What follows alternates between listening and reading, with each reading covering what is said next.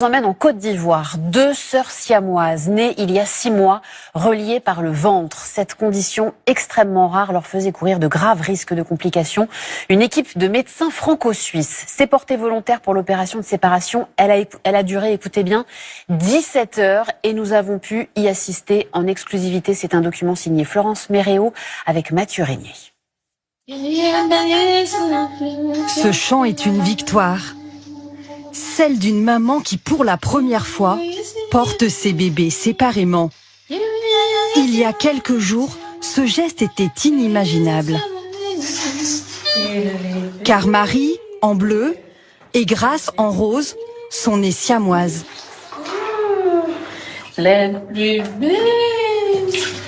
Soudées par le ventre, elles ne font qu'un. Leur seule chance de grandir, une opération. C'est ici, près d'Abidjan, en Côte d'Ivoire, que l'exploit médical va avoir lieu.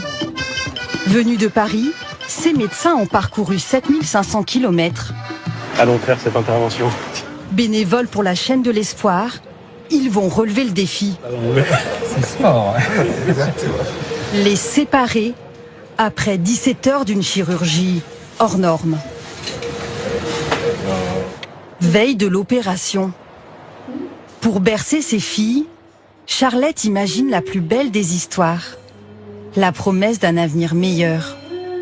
Tout ça va finir bientôt. On va sortir, aller se promener.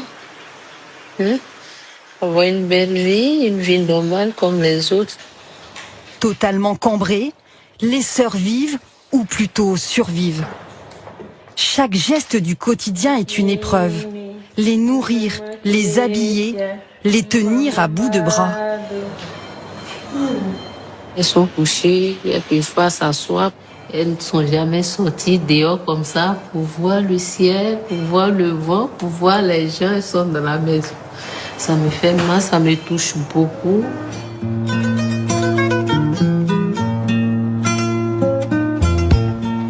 Devoir cacher ses filles, c'est l'autre réalité de cette famille.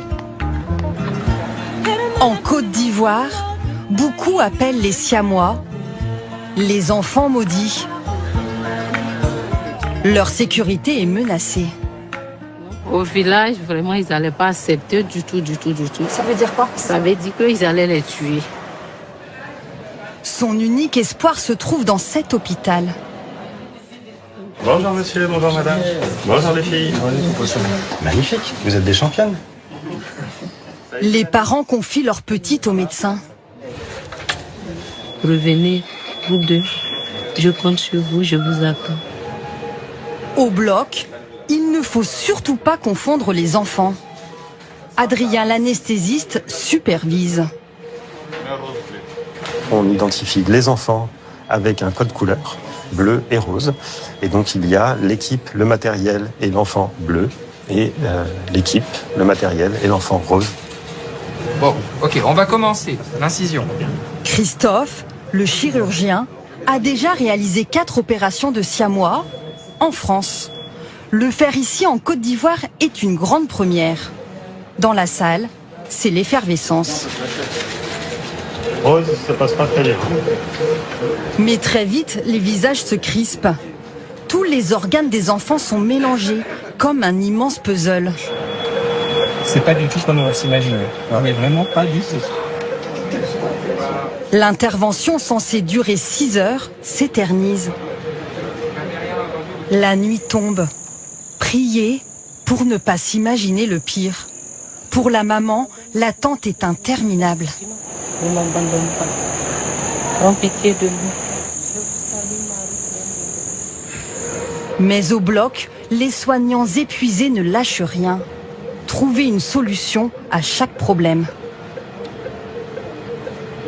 Il faut que ça marche.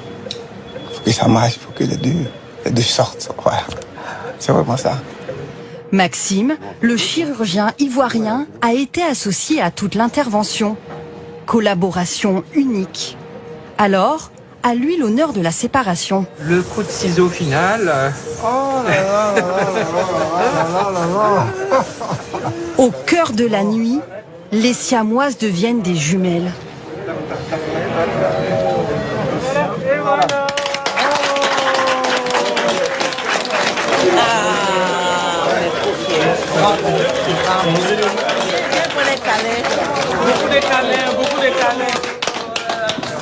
Premier réflexe, rassurer la famille. Voilà, tout s'est bien passé. Tout s'est bien passé. Donc elles sont séparées. Merci. Voilà. La joie infinie d'une maman. Allez, c'est bon. Elles vont à l'école, elles vont devenir quelqu'un. Merci, merci, merci. Quelques jours après l'opération, Charlotte peut les serrer, tour à tour. Bientôt, Grace et Marie retourneront chez elles. Un destin pour chacune, mais à jamais inséparables.